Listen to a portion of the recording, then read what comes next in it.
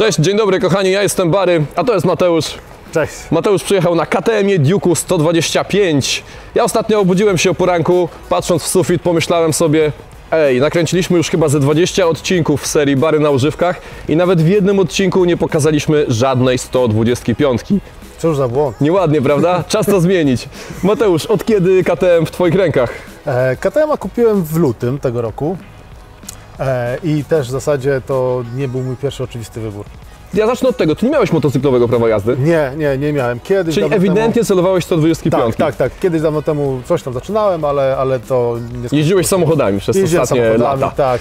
I od tego chciałbym zacząć, to jest bardzo ważne. Mateusz jest typowym przykładem osoby, która nie jeździła na motocyklach, ale w związku z tym, że kilka lat temu zmieniły nam się przepisy, można na 125 jeździć na samochodowe prawo jazdy. Mateusz stwierdził, kupię sobie motocykl po to, żeby dojeżdżać do pracy? Dojeżdżać do pracy, pojeździć trochę po mieście, pobawić się, pocieszyć innym środkiem lokomocji.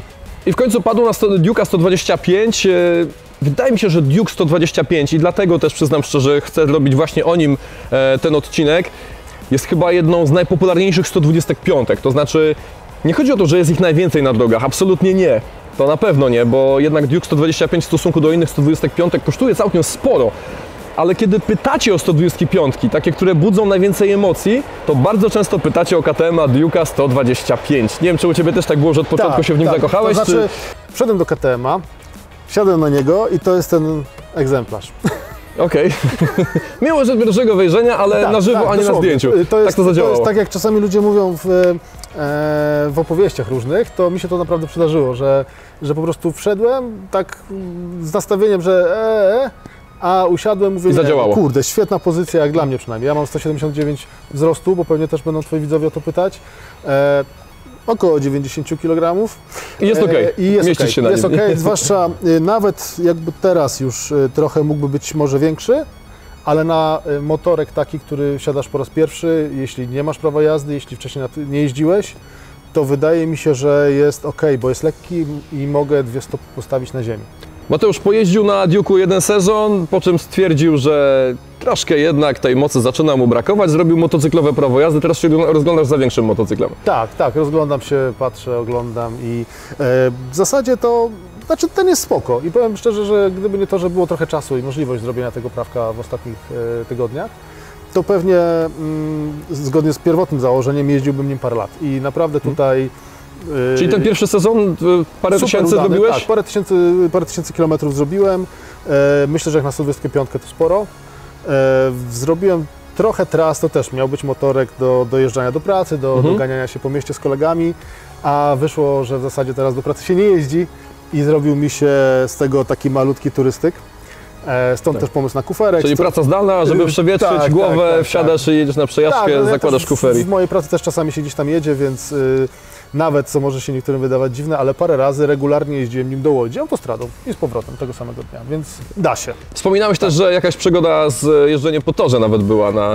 Dałem się namówić mojemu bratu raz właśnie na wyprawę do Modlina i trochę się zastanawiałem, czy to ma sens, no bo jednak tam jeżdżą chyba mocniejsze maszyny, ale powiem szczerze, no jeszcze jak tylko przyjechałem i zobaczyłem, że tam niektórzy goście wyjeżdżają jakimiś motocyklami bez reflektorów, z kocami na oponach i tak dalej, mówię, Jezu, gdzie ja przyjechałem, w ogóle zjedzą mnie tam, ale okazało się, że super, że były 2 grupy i że ja oczywiście byłem w tej słabszej, więc jeździłem normalnie, w ogóle bez stresu, mimo że wtedy jeszcze nie miałem motocyklowego prawka i byłem naprawdę tam... Bardzo wiele osób ma te wątpliwości co Ty, zastanawiają się, czy 125 można sobie pojechać na tor, to możemy śmiało odpowiedzieć, tak, jak najbardziej 125 możecie pojechać sobie na taki tor jak Modlin, Toruć czy Słomczyn, to są wcale niezbyt szybkie tory, tam naprawdę świetnie się można bawić na takim motocyklu, zazwyczaj jest stworzona wolniejsza grupa dla takich słabszych motocykli. Tak i polecam, bo w wolnych chwilach, kiedy macie przerwę i zjeżdżacie do padoku, to wtedy rusza na tor ta duża grupa mocniejszych motocykli i też jest na co popatrzeć, więc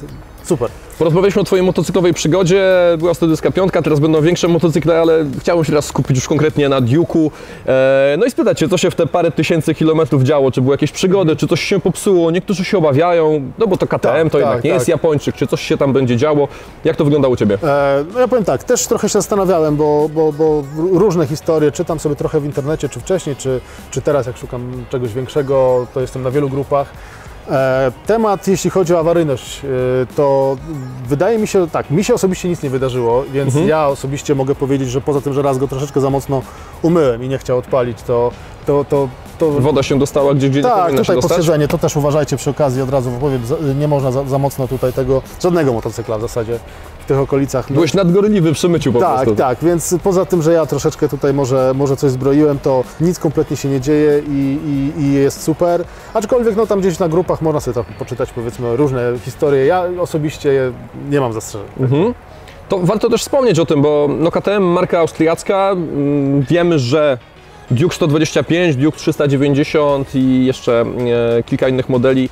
Produkcja tych modeli odbywa się w Indiach. Nie wiem, czy o tym wiedziałeś przy kupnie, czy nie, czy Ci to przeszkadzało, czy nie, ale... zupełnie nie. No, wcześniej pomyślałem o chińskim motocyklu, więc... No tak, więc rzeczywiście awans. Ty za Duke'a 125 zapłaciłeś ile? Wiesz co, nie pamiętam teraz dokładnie kwoty, ale to było coś tam 16 z hakiem chyba. Okej, chodzi mi o rząd wielkości. Tak, tam plus tam jeszcze zamówiłem gmole, tak jak widać. No właśnie, co to założyłeś? Gmole widzę się pojawiły, kufer z tyłu centralny. Tak. Gmole to w ogóle było zabawne, bo jako osoba, która właśnie nie jeździła wcześniej, byłem strasznie przerażony na początku, że jak na niego wsiądę, to nowiutki, pachnący motocykl za sporą część oszczędności zaraz go rozbije gdzieś, więc koniecznie te gmole. Gmole dojechały chyba z miesiąc czy 2 miesiące później, więc założyłem je dopiero na pierwszym przeglądzie po 1000 km, więc w zasadzie już nie były do końca potrzebne, ale są i mam nadzieję, że moim zdaniem też fajnie wyglądają. Gniazdo USB? Tak, po to, jest żeby gniazdo pobudować USB. telefon? Też założyłem w KTM-ie. 150-250 zł, jakieś nieduże pieniążki, polecam, więc, bo sobie w zestawie z telefonem mam taki krótki kabelek, sobie kupiłem na Ali, który mi to łączy i mam nawigację. Używasz go jako nawigacji pewnie. Tak, zdecydowanie tak.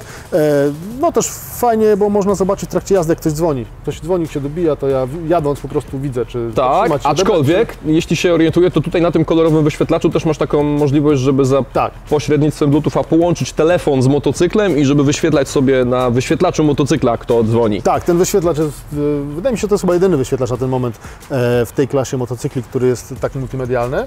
Pamiętam, jak spytałem na początku Mateusza, po tym jak kupił Duke'a 125, co mu się nie podobało, co było na minus, na nie. I powiedział wtedy ciekawą rzecz, zaskoczyło mnie to. Otóż najgorszą rzeczą w zakupie tego motocykla było jego docieranie. O co chodziło? Tak, no to chyba jest ogólnie temat na 125 i jeśli chodzi o te motocykle, to może w ogóle warto wspomnieć, że ten ma 15 koni.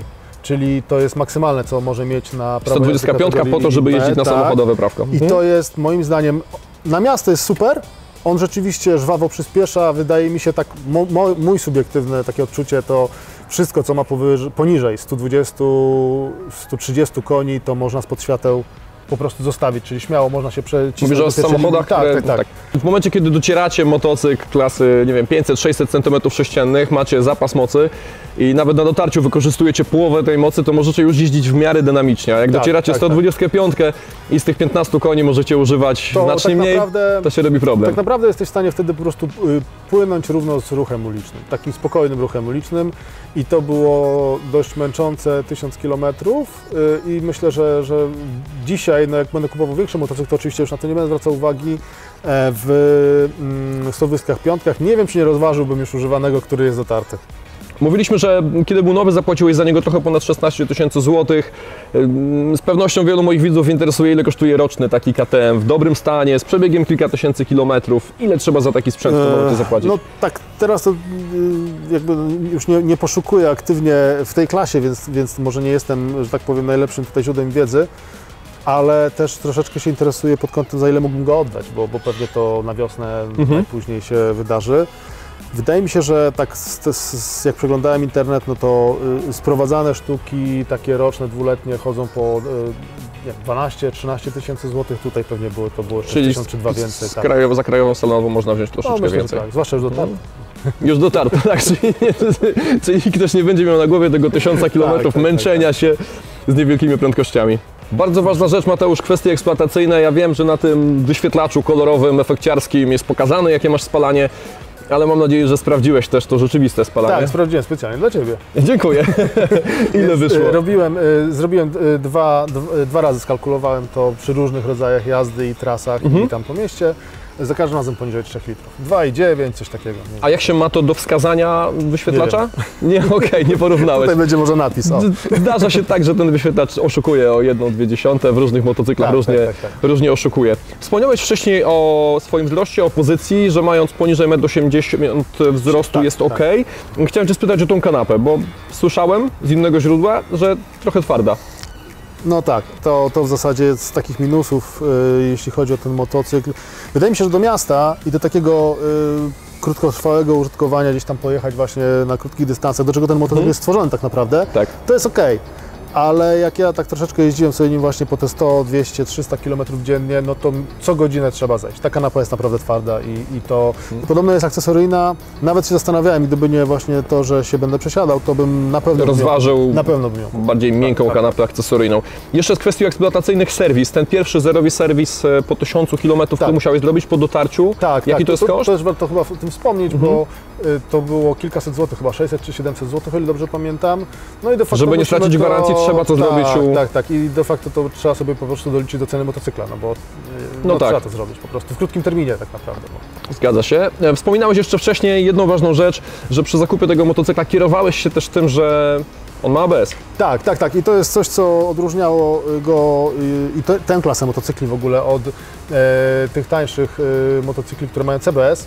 Tak sobie teraz analizuję te ceny, o których powiedziałeś, za ile go kupiłeś, za ile go możesz sprzedać. Często jest tak, że ludzie na ten pierwszy motocykl, na którym zamierzasz pojeździć tylko kilka miesięcy, 1-2 sezony, polecają kupić tanią chińską 125 po to, żeby jak najmniej stracić. Ale z drugiej strony, może nie głupim rozwiązaniem jest to, co zrobiłeś, czyli kupienie markowej 125, bo kiedy ją sprzedajesz po roku czy po 2, no to ona jednak nie traci na wartości tak dużo, jak straciłaby ta chińska, pomimo że chińska kosztowałaby znacznie mniej. To też patrząc po portalach, to rzeczywiście te powiedzmy modele z wyższej półki trzymają cenę i rzeczywiście wydaje mi się, że jeśli się tam po drodze nic z nim nie zadzieje, to można go, zwłaszcza krajowy, zwłaszcza kupiony w polskim salonie, bezwypadkowy, to są atrakcyjne. I ta utrata wartości nie będzie na nich wcale tak duża. Te ceny, gdzie ja szukając patrzyłem właśnie na używane, to czasami to jest 1000-2000 różnicy w stosunku do ceny w salonie. Oczywiście pewnie można tam też coś ponegocjować z tych cen, ale to aż czasami można się dziwić, jak to potrafi mało się różnić. Okej. Jak sobie teraz tak na szybko kalkuluję i analizuję, to ta utrata wartości w przypadku takiego motocykla nie jest jakoś bardzo duża i to jest akurat chyba plus. Tak, dla Ciebie. Tak, jak patrzyłem na oferty w internecie, to te takie świeże, kilkuletnie egzemplarze dość dobrze trzymają cenę, więc Czyli tutaj nie ma dramatu. nie ma dramatu. Nie utopiłeś za bardzo. Zobaczymy jeszcze, Dobrze. ale chyba. Co będzie następne? Za czym się rozglądasz po KTM-ie? Wiesz co, no zobaczymy, jeszcze trochę testuję i trochę oglądam, ale muszę.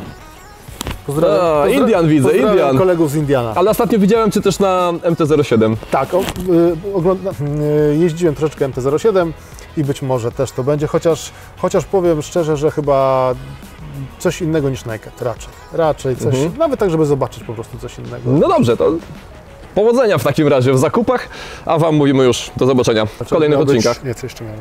Co jeszcze chciałeś powiedzieć? Nie, Mateusz jeszcze chciał coś powiedzieć, ale zapomniał co, więc kończymy. Tak? Chciałem coś powiedzieć.